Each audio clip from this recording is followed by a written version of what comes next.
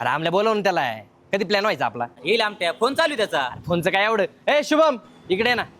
काय म्हणले? इकडे बोललो. नाही त्याच्या आधी तुम्ही काहीतरी बोलले ना. अरे काय नाही, तुला बोलावलंय बघत. अरे मी आमच्या आलेलोच आहे, पण त्याच्या आधी तू एक नाव घेतलं बघ. काय नाव घेतलं? शुभम.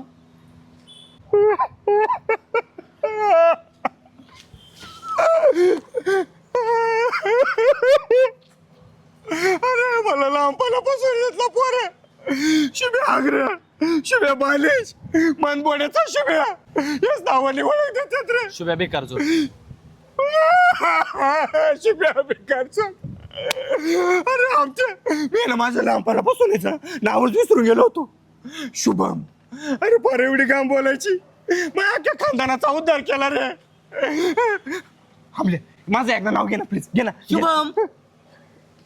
आमचे तू नाव घे. शुभम. मला इतकं भारी वाटतंय ना, तुम्ही माझं नाव घेतलंय.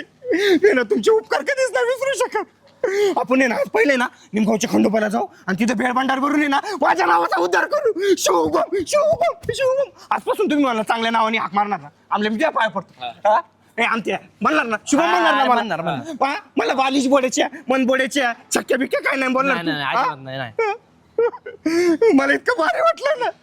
तुम्हाला आहे ना काय खायचंय, आमल्या तुला काय लागेल तेवढी दारू प्यायची ना.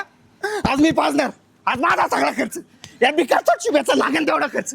पण आजपासून मला शुभम म्हणायचा.